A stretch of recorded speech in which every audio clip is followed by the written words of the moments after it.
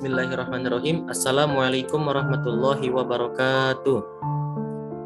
Bismillahirrahmanirrahim. Alhamdulillahilladzi qad akhraja nata'ijal fikri lil arbabil hijah wassalatu wassalamu ala sayyidina Muhammadinil Mustafa.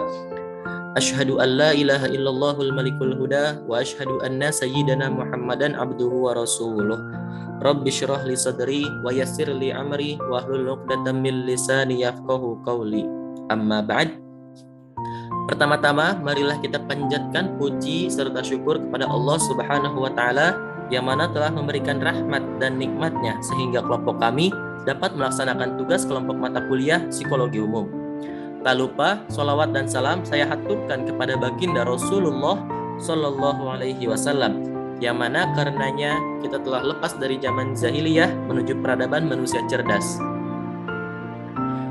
Perkenalkan, saya Muhammad Arifin Ilham, berasal dari Cianjur. Saya yang akan membawa dan menjadi pemateri pada tema psikologi dan hakikat perkembangan manusia.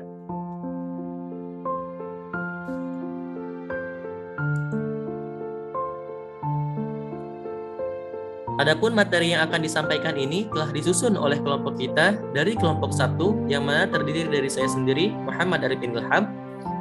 Selanjutnya rekan-rekan saya yaitu Muhammad Noval, Muhammad Alpin, dan Yusril Al-Mujaddid. Tema psikologi dan hakikat perkembangan manusia ini kami bagi ke dalam 3 poin besar yang terdiri dari 1. Psikologi perkembangan, 2. Hakikat perkembangan manusia, dan yang ketiga yang terakhir ialah aspek perkembangan manusia. Nah, mari kita mulai ke poin pertama kita yakni psikologi perkembangan. Adapun psikologi perkembangan pun kita bagi menjadi 3 subbab. Yang pertama ialah konsep psikologi perkembangan. Psikologi berasal dari kata psike dan logos yang memiliki arti jiwa dan ilmu. Kami setuju jika psikologi diartikan sebagai ilmu yang menyelidiki dan membahas tentang proses jiwa atau mental dan perbuatan atau tingkah laku manusia dalam rangka berinteraksi dengan lingkungan kehidupannya. Mayoritas para ahli psikologi setuju dengan rumusan tersebut. Perkembangan menunjukkan suatu proses tertentu, yaitu suatu proses yang menuju ke depan dan tidak dapat diulang kembali. Dalam perkembangan manusia, terjadi perubahan-perubahan yang sedikit banyak bersifat tetap dan tidak dapat diulangi. Para ahli yang mengutamakan psikologi untuk kepentingan pendidikan lebih mengutamakan manusia sebagai objek psikologi. Psikologi merupakan ilmu yang membahas tingkah laku manusia dalam berinteraksi dengan lingkungannya. Tingkah laku yang dimaksudkan adalah suatu aktivitas yang meliputi proses berpikir, beremosi, dan pengambilan keputusan. Misalnya, seorang anak yang diam sambil menatap gurunya yang sedang menerangkan tugas-tugas yang harus diselesaikannya, berarti anak sedang bertingkah laku. Semua tingkah laku manusia mempunyai penyebab. Tingkah laku bukan hanya disebabkan oleh suatu macam penyebab, tetapi oleh bermacam-macam penyebab yang terkait satu dengan yang lain. Sebagai contoh, ada seorang murid kelas 1 sekolah dasar yang menampakkan ketidaksenangannya bersekolah, malah sering bolos dan tidak mengerjakan tugas-tugas sekolah. Nah, guru menganggap bahwa ia mempunyai kemampuan intelektual rendah, sehingga disarankan untuk masuk sekolah luar biasa. Nah, dari contoh yang saya sebutkan tadi, banyaknya faktor yang membentuk jalinan penyebab suatu tingkah laku. Hal ini sesuai dengan yang dikemukakan oleh Harlow, McGough, dan Thompson, bahwa tidak pernah terjadi satu tingkah laku yang disebabkan oleh satu penyebab, tetapi selalu disebabkan oleh jalinan penyebab yang sangat kompleks. Menurut Profesor Dr. F.J. Monks, Profesor Dr. A.M. Pecknours, dan Profesor Dr. Siti Rahayu Haditoro, dalam psikologi perkembangan adalah suatu ilmu yang mempersoalkan faktor-faktor umum yang mempengaruhi proses perkembangan yang terjadi dalam diri pribadi seseorang dengan menitik beratkan pada relasi antara kepribadian dan perkembangan. Sedangkan, menurut Dr. Kartini Kartono, dalam psikologi anak, psikologi perkembangan adalah suatu ilmu yang mempelajari tingkah laku manusia yang dimulai dari periode masa bayi, anak pemain, anak sekolah, masa remaja, sampai periode adolesen menjelang dewasa. Nah, dari beberapa definisi yang telah saya sebutkan tadi, kiranya dapat diambil pemahaman yang lebih sederhana tentang pengertian psikologi perkembangan. yakni suatu cabang dari psikologi yang membahas tentang gejala jiwa seseorang, baik menyangkut perkembangan atau kemunduran perilaku seseorang sejak masa konsepsi hingga dewasa. Definisi psikologi perkembangan juga bisa diartikan sebagai suatu ilmu psikologi yang membahas tentang masalah-masalah perkembangan manusia mulai dari usia awal, pembentukan sampai usia akhir. Nah, subbab yang kedua ialah ruang lingkup psikologi perkembangan. Nah, jika kita pahami secara cermat dari apa yang saya jelaskan tadi, pengertian tentang psikologi perkembangan sebagaimana telah saya sebutkan tadi, maka dapatlah dimengerti tentang ruang lingkup dari pembahasan ilmu ini bahwa psikologi perkembangan merupakan 1. Cabang ilmu psikologi, 2. Objek pembahasannya ialah perilaku atau gejala jiwa seseorang, 3. Tahapannya dimulai dari masa konsepsi hingga masa dewasa. Selanjutnya menuju subbab yang ketiga ialah manfaat mempelajari psikologi perkembangan. Nah, banyak manfaat seseorang mempelajari psikologi perkembangan dalam mendeskripsi, memahami, serta meramalkan perilaku diri sendiri maupun orang lain. Terutama akan terasa sangat perlu penguasaan ilmu ini bagi seseorang yang perlu penguasaan ilmu ini bagi seorang yang selalu mengadakan komunikasi dengan orang lain. Berikut adalah manfaat-manfaat mempelajari psikologi perkembangan antara lain. Yang pertama ialah untuk memahami garis besar pola umum perkembangan dan pertumbuhan anak pada tiap-tiap dapat memunculkan sikap senang bergaul dengan orang lain, terutama anak-anak remaja dengan penuh fasenya. Kedua ialah perhatian kepada mereka baik dalam lingkungan keluarga, sekolah, maupun masyarakat. Yang ketiga, dapat mengarahkan seseorang untuk berbuat dan berperilaku yang selaras dengan tingkat perkembangan orang lain. Keempat, khususnya bagi pendidik dapat memahami dan memberikan bimbingan kepada anak sesuai dengan taraf perkembangan anak didiknya, sehingga proses pendidikan akan berjalan dengan sukses dalam mencapai tujuannya.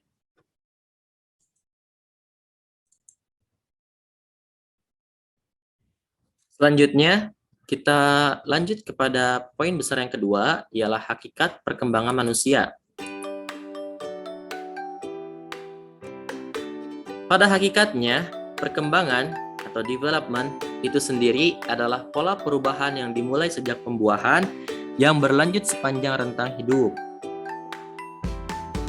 Maksudnya ialah perkembangan merupakan proses yang melibatkan pertumbuhan sejak pada tahap pembuahan sampai akhir kehidupan.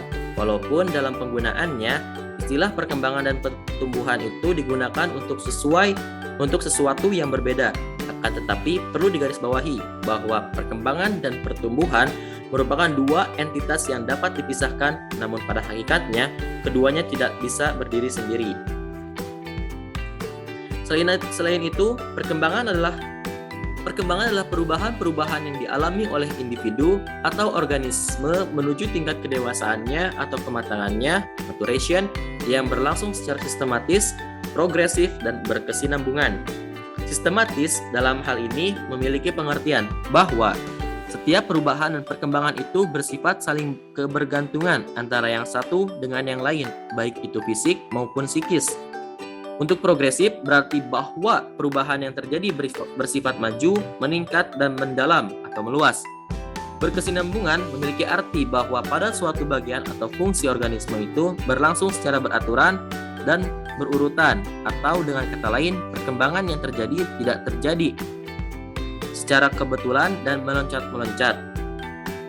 Perkembangan manusia secara umum digambarkan dalam periode atau tahapan-tahapan, di mana periode atau tahapan-tahapan yang dimaksud sudah banyak dikenal oleh masyarakat luas. Adapun periode atau tahapan-tahapan tersebut diantaranya periode pra-kelahiran, masa bayi, masa kanak-kanak awal, masa kanak-kanak tengah, dan masa remaja. Yang pertama ialah periode pra-kelahiran atau prenatal period. Nah, untuk periode ini terjadi sejak dimulainya pembuahan sperma terhadap sel telur sampai kelahiran. Biasanya, normalnya periode ini berlangsung sesuai dengan rata-rata usia kehamilan pada umumnya, yakni sekitar 9 bulan. Waktu yang 9 bulan dikenal sebagai waktu yang sangat menakjubkan. Ini dikarenakan sebuah sel yang dikenal dengan sperma kemudian tumbuh menjadi sebuah organisme yang sangat lengkap dan sempurna, di mana dalam tahap perkembangannya kemudian dilengkapi dengan otak serta kemampuan berperilaku. Nah, Periode kedua ialah masa bayi atau invasi. Merupakan periode perkembangan yang berlangsung terus-menerus sejak lahir sampai seseorang berusia sekitar 18 bulan sampai 24 bulan. Periode ini merupakan periode ekstrim yang dialami oleh bayi itu sendiri, dikarenakan pada periode ini ketergantungan bayi terhadap orang dewasa sangat besar. Selain itu, pada periode ini aktivitas psikologis baru bermunculan yang dimulai dengan kemampuan dalam berbicara, mengatur indera, dan tindakan fisik lainnya, mulai berpikir dengan simbol, serta aktivitas meniru dan belajar yang luar biasa mengagumkan yang didapatkan dari orang lain. Nah, untuk selanjutnya periode ketiga ialah masa kanak-kanak awal atau early. Untuk periode ini terjadi sejak masa akhir bayi sampai usia sekitar 5 atau 6 tahun. Selain itu, pada periode ini juga dikenal sebagai tahun-tahun sekolah, karena biasanya pada usia anak ini, anak sudah masuk ke sekolah untuk belajar secara formal. Disinilah anak mulai belajar mandiri dan merawat diri sendiri. Selain belajar mandiri, di sini anak juga sudah mulai melakukan pengembangan keterampilan dengan mengikuti perintah yang ada dalam lingkungan sekolah, belajar mengenal huruf dan angka, serta menghabiskan sebagian waktunya dengan bermain dengan teman sebayanya. Banyak yang mengatakan bahwa akhir dari periode ini terjadi saat anak sudah memasuki kelas 1 sekolah dasar. Periode keempat ialah masa kanak-kanak tengah dan akhir atau dikenal dengan masa middle and late childhood. Untuk periode ini dimulai sejak berakhirnya masa kanak-kanak awal atau usia sekitar 6-11 tahun. Beberapa menyebutnya sebagai periode sekolah dasar. Dalam periode ini, seseorang secara umum sudah menguasai keterampilan dasar seperti membaca, menulis, aritmatika, serta secara formalitas mereka sudah dihadapkan pada dunia dan budaya yang lebih besar yang ada di sekitar mereka. Karakteristik yang muncul pada periode ini ialah meningkatnya kontrol diri serta prestasi akademik menjadi tema sentral di dalamnya. Yang kelima ialah masa remaja atau adolescence. Periode ini merupakan periode peralihan perkembangan dari kanak-kanak ke masa dewasa awal. Periode ini dimulai sejak anak-anak sudah masuk usia sekitar 10-12 tahun dan berakhir pada usia 18 hingga 22 tahun. Masa remaja ditandai dengan perubahan fisik yang cepat, bertambahnya tinggi dan berat badan yang cukup signifikan, perubahan postur tubuh, karakter seksual sudah mulai muncul seiring dengan pertumbuhan payudara yang semakin besar pada perempuan, pembesaran suara pada anak laki-laki, serta mulai tumbuhnya rambut pada beberapa area baik pada anak laki-laki maupun perempuan. Ciri utama periode ini ialah dimulainya pencarian identitas dan keinginan untuk bebas, waktu yang dihabiskan di luar semakin banyak, cara berpikir yang sudah mulai abstrak, idealis, serta logis.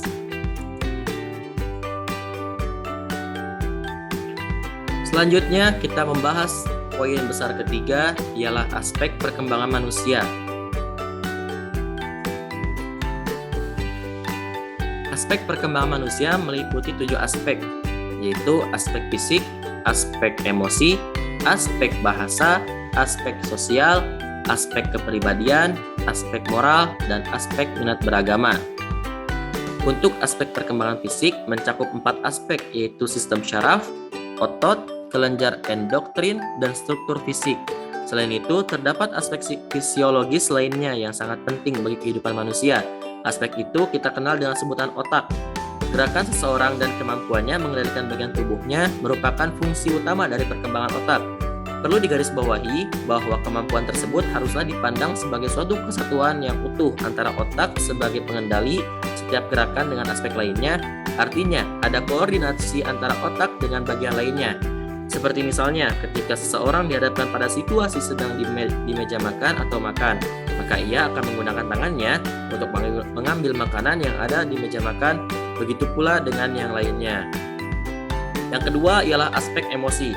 Emosi merupakan warna afektif yang menyertai setiap keadaan atau perilaku individu yang bervariasi dalam setiap periode perkembangannya. Yang dimaksud dengan warna afektif ialah keadaan perasaan yang dialami ketika seseorang menghadapi situasi tertentu seperti marah, benci, putus asa, senang, dan lain-lain. Emosi memiliki banyak pengaruh terhadap setiap perilaku individu seperti menambah semangat, melemahkan semangat, menghambat atau mengganggu terhadap konsentrasi belajar, serta adanya gangguan dalam penyesuaian emosional. Yang ketiga ialah aspek bahasa. Bahasa memiliki kaitan yang sangat erat dengan kegiatan berpikir. Bahasa merupakan salah satu yang membedakan manusia dengan hewan. Perkembangan bahasa dipengaruhi oleh beberapa faktor seperti kesehatan, intelijensi, status sosial ekonomi keluarga, jenis kelamin, serta hubungan keluarga. Fungsi pokok dari bahasa ialah sebagai alat komunikasi atau sarana pergaulan dengan orang lain. Yang keempat ialah aspek sosial. Perkembangan sosial merupakan pencapaian kematangan seseorang untuk menyesuaikan diri terhadap sebuah norma, aturan, serta hukum yang berlaku di masyarakat. Dalam rangka memperkenalkan tentang berbagai aspek kehidupan sosial, haruslah melalui proses yang dikenal dengan istilah sosialisasi. Yang kelima ialah aspek kepribadian. Kepribadian diartikan sebagai kualitas perilaku individu yang tampak dalam melakukan penyesuaian diri terhadap lingkungan secara unik. Keunikan penyesuaian tersebut berkaitan dengan aspek-aspek kepribadian itu sendiri seperti karakter, temperamen, sikap, stabilitas emosional, tanggung jawab, dan sosiabilitas.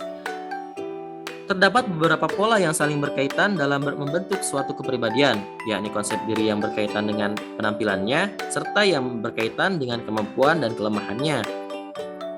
Pola selanjutnya yang membentuk suatu kepribadian ialah sifat. Sifat ini merupakan kualitas perilaku atau disebut juga dengan pola penyesuaian spesifik. Terdapat dua ciri yang menonjol terkait dengan sifat tersebut, yakni individualitas atau tampilan secara kuantitas, dan konsistensi atau kesamaan sikap terhadap situasi yang serupa. Yang keenam ialah aspek moral. Moralitas merupakan kemauan untuk menerima dan melakukan peraturan, nilai-nilai, atau prinsip-prinsip moral. Perkembangan moral banyak dipengaruhi oleh lingkungan-lingkungan, terutama lingkungan keluarga. Dia belajar mengenai setiap perilaku sesuai dengan nilai yang berlaku di sekitarnya. Yang terakhir ialah aspek minat beragama. Minat beragama merupakan fitrah yang dimiliki oleh setiap manusia. Akan tetapi, walaupun hal tersebut sudah menjadi fitrah dan bersifat mendasar, tidak menutup kemungkinan untuk berkembang. Namun, hal tersebut bergantung kepada seberapa besar anak memperoleh pendidikan tentang keagamaan. Fitrah ini dipengaruhi oleh beberapa faktor, seperti faktor internal, faktor eksternal atau lingkungan keluarga, sekolah, dan lingkungan masyarakat. Nah, dari beberapa periode perkembangan serta aspek-aspek yang mencakup perkembangan di atas menunjukkan bahwa masing-masing periode memiliki hubungan yang sangat erat satu sama lain dan berkelanjutan, baik dalam konsep perkembangan barat ataupun konsep perkembangan manusia dalam Al-Quran. Akan tetapi, walaupun demikian, di sisi lain terdapat beberapa masalah penting terkait dengan perkembangan yang sampai saat ini masih belum terjawab. Masalah tersebut diantaranya perdebatan mengenai faktor yang mempengaruhi perkembangan seseorang, apakah karena faktor bawaan atau perkembangan seseorang mengaruhi lingkungan.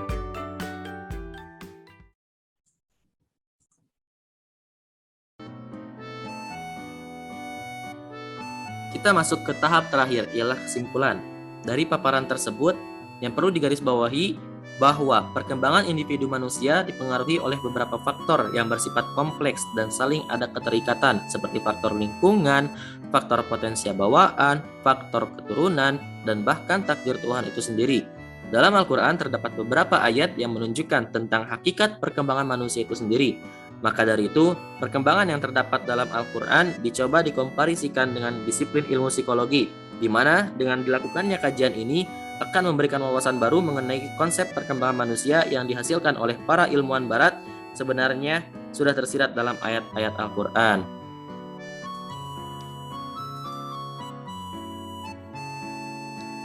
Besar harapan kami sekelompok, semoga materi yang kita susun dan saya sampaikan itu mudah dipahami oleh teman-teman pendengar kami. Kurang dan lebihnya mohon dimaafkan. Jika terdapat kebenaran pada materi ini, itu murni datangnya dari Ilahi, dan jika ada kesalahan dari materi ini, itu murni datangnya dari kami sendiri. Saya Muhammad Arifin Ilham sebagai pemateri mengucapkan terima kasih. Wassalamualaikum warahmatullahi taala wabarakatuh.